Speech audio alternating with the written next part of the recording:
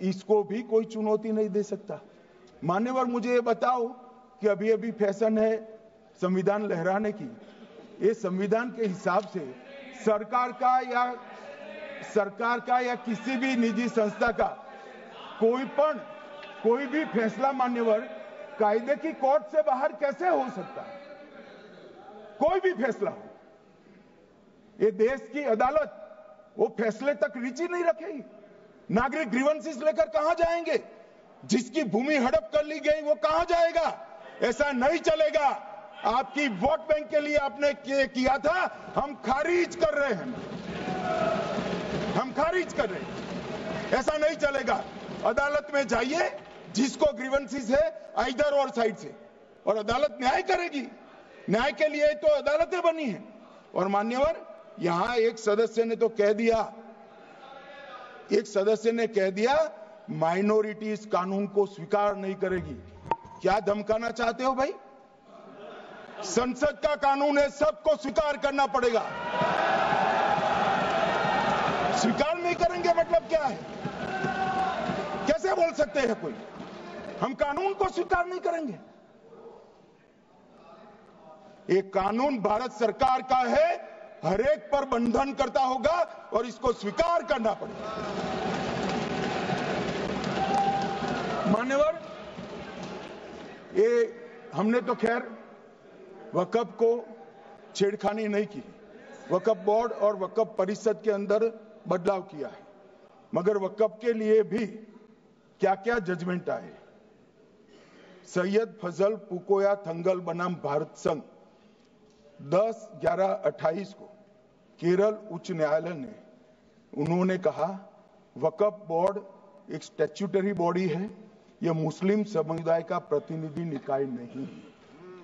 इसका फंक्शनिंग मान्यवर एडमिनिस्ट्रेटिव है।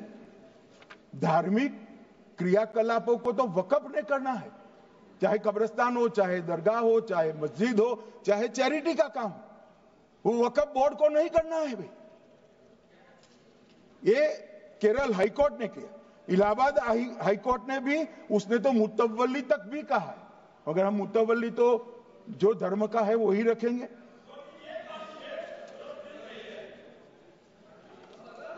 मान्यवर, इन्होंने कहा एक मुतवल्ली के कर्तव्य विशुद्ध रूप से धर्म निरपेक्ष कैरेक्टर है, मगर हम मुतवल्ली को छू नहीं रहे। मान्यवर, ये कह रहे थे कि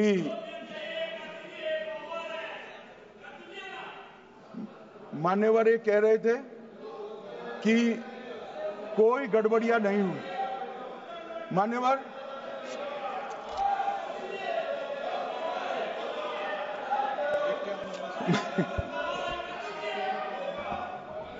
मान्यवर 2013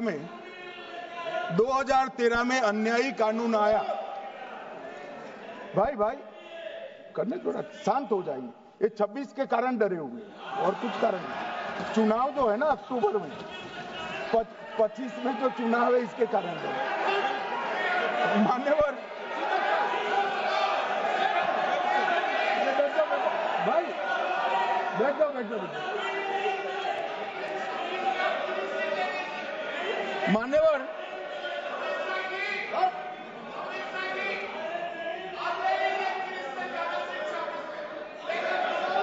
बैठ जाओ। बंगाल में आकर कहूंगा ये राजनीतिक हिसाब किताब का अखाड़ा नहीं है, छाती पर ठोक कर कहूंगा ज्यादा सिखाएंगे।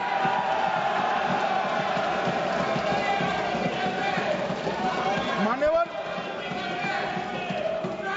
2013 के, अरे बैठ जाओ वकील साहब बैठ जाइए। मान्यवर, 2013 में वो भी रिपीट होने वाले हैं। मान्यवर, 2013 में बैठ जाओ। मान्यवर, 1913 से लेकर 2013 तक 1913 से 2013 तक वक्फ बोर्ड का कुल एकड़ में भूमि सब वक्फ का मिलाकर 18 लाख एकड़ था। मेरी विनंती है सभी सदस्य इसको ध्यान से सुनिए। 1913 से 2013 तक 18 लाख एकड़ और 13 से 25 तक एक कानून बनने का परिणाम क्या आया और नई 21 लाख एकड़ भूमि बढ़ गई। अब मान्यवर 39 लाख एकड़ जो भूमि है उसमें 21 लाख एकड़ 13 के बाद है। अब ये कह रहे हैं कि इसका दुरुपयोग नहीं हो रहा है मान्यवर। और लीज पर दी गई संपत्तियां 20,000 थी और 25 में रिकॉर्ड के हिसाब से, हो सकता है गलत भी हो सकता है, रिकॉर्ड्स के हिसाब से शून्य हो गई। तो मान्यवर संपत्तियां कहां गई? मान्यवर बेच दी गई। किसकी संपत्ति से, किसकी परमिशन से बेचा मान्यवर? मान्यवर मैंने पहले ही कह दिया कि केरल और देश भर के Catholic bishop council, Catholic bishop conference of India, Catholic Congress Kerala, भारतीय कैथोलिक धर्मगुरुओं की महासभा, केरल चर्चों की संयुक्त परिषद, कैथोलिक कांग्रेस केरला, ये सब ने इस बिल का समर्थन करा है और कहा है अन्यायी 2013 का सुधार। हम अकेले नहीं कह रहे मान्यवर। और मान्यवर इसी एक्ट में हमने एक बात कही कि जो योगदान था वक्फ बोर्ड का वो 7% से घटाकर 5% कर दिया। मान्यवर अब ये जो कह रहे हैं ये मुसलमान भाइयों के हित में कह रहे हैं जिसका विरोध कर रहे हैं या अहित में? अगर 7 से 5% हमने कम किया तो कहां जाएगा? वो वक्फ में रहेगा। वक्फ बोर्ड का कम किया है। जो मस्जिद चल रही है उसको हमने 2% बढ़ाया है। ये उल्टा समझ रहे हैं मान्यवर। ये बिल जमीनों की सुरक्षा प्रदान करेगी मान्यवर। किसी की जमीन अब घोषणा मात्र से वक्फ नहीं बनेगी, उसको प्रोटेक्शन मान्यवर। पुरातत्व विभाग और एएसआई की जमीन को हम सुरक्षा देंगे। आदिवासी भाइयों की शेड्यूल 5 और शेड्यूल 6 की जो जमीन है वो सुरक्षित हो जाएगी। निजी संपत्ति जो आम नागरिकों की है वो भी सुरक्षित हो जाएगी। और वक्फ करने के लिए स्वामित्व को दान तो साहब अपनी संपत्ति का ही कर सकते हैं, गांव की संपत्ति का दान नहीं कर सकते। तो वक्फ निजी संपत्ति से ही स्वामित्व के बगैर नहीं हो पाएगा। इसमें पारदर्शिता लाने के लिए सूचना की प्रक्रिया को दाखिल किया गया है। वक्फ बोर्ड की वक्फ की जो संपत्ति घोषित करने की अधिकार थे उसको समाप्त कर दिए। कलेक्टर से सर्टिफाइड कराना पड़ेगा और नए वक्फ पारदर्शी तरीके से पंजीकृत भी करने पड़ेंगे। रजिस्ट्रेशन के बगैर कोई संस्था नहीं चल सकती। और मुस्लिम ट्रस्ट अब तक के जो है उसको हमने इस जो माफ करना, कई सारे ऐसे मुसलमान भाई हैं जो वक्फ के कानून को अंदर दायरे में आना नहीं चाहते। मुझे मिले थे वोरा समाज वाले, वोरा समाज है, अहमदिया है, कई सारे ऐसे समुदाय हैं, सिया भी है, पसमंदाओं के भी कुछ ट्रस्ट हैं। वो सभी को मैं एक आनंद का समाचार देना चाहता हूं, अब मुसलमान भी ट्रस्ट एक्ट के अंदर अपना ट्रस्ट रजिस्टर करा सकता है। इसके लिए कंपलसरी नहीं है कि वो वक्फ के कानून में भी जाए, चैरिटी कमिश्नर एक्ट के तहत वो करने वाला है। मान्यवर भूमि के रिकॉर्ड का कार्यालय होगा, समाचार पत्र और क्षेत्रीय भाषाओं में इसकी एडवर्टाइज दी जाएगी।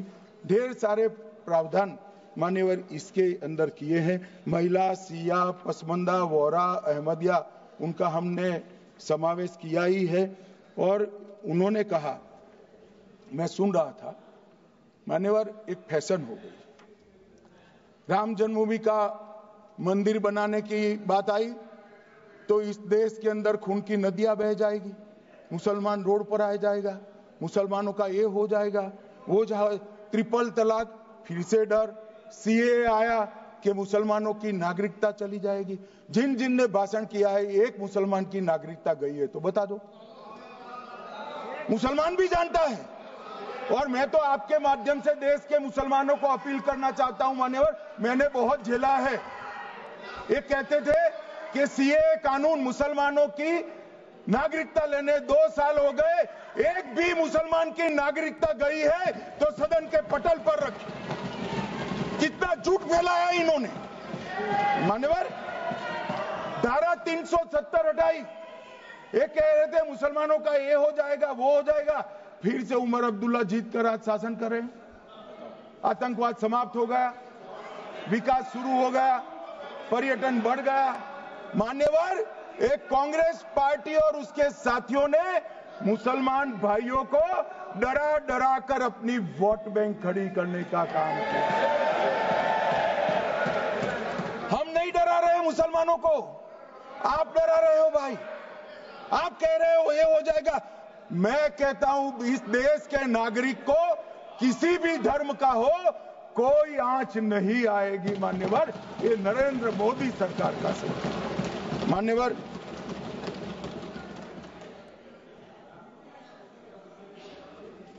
इनको मान्यवर ना पिछड़ों की चिंता है ना मुसलमानों की। ये सालों से जातिवाद और तुष्टीकरण इसके आधार पर काम करते हुए आए हैं और जातिवाद और तुष्टीकरण की राजनीति कर कर अपने परिवार की पॉलिटिक्स को आगे बढ़ाए हैं।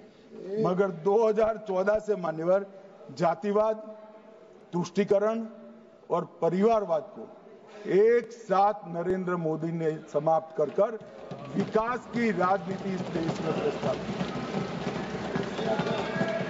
पॉलिटिक्स ऑफ परफॉर्मेंस, परफॉर्म करिए और चुनकर आइए। 3 टर्म मोदी जी को चुना है और 3 टर्म भारतीय जनता पार्टी की सरकार रहने वाली है। मेरी बात ठीक कर। मान्यवर,